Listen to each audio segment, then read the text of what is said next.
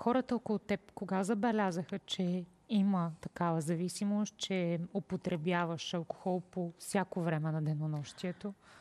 Ами, те никога не разбраха преди аз да им кажа, че аз употребявам алкохол по всяко време на денонощието.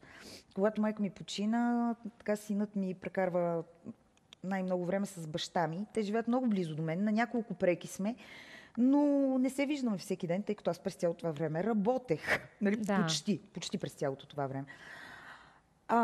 И така, аз казах на баща ми, аз ще постъпя в клиника. И той ми каза, каква клиника, за какво? И аз му казах, клиника за алкохолици.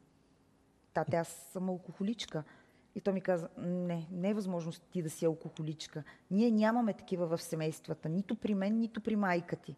Но колко трудно е да си признаеш първо на родителите, на баща ти, аз съм алкохоличка, при положение, че сама спомена, не си падала, не си ставала, не си се излагала по този начин, за да някой да ти каже, Да. Мария, имаш проблем, отиди да потърсиш помощ. Знаеш ли какво? Още една от измамите на алкохола. Човек си мисли, че когато пие нали, когато другите не знаят или много малко хора се досещат или го подозират, че той няма проблем.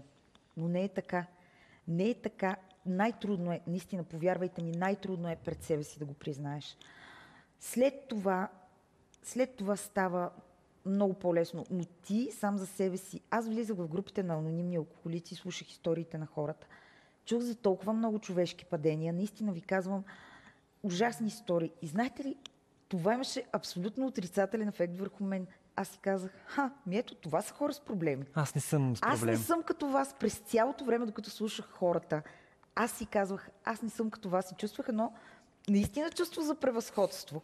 И Успокоявала си се. абсолютно, и даже по някое време толкова се успокоявах, че отивах до хладилника и си сипвах чаша вино и се връщах на сбирката, тъй като сбирката беше онлайн, тази, която посещавах най-често. И измамите, които...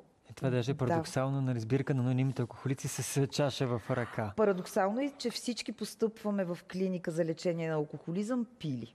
Това също, повечето хора дори бих казала пияни. Аз отидох пила, но не пияна, но повечето хора просто...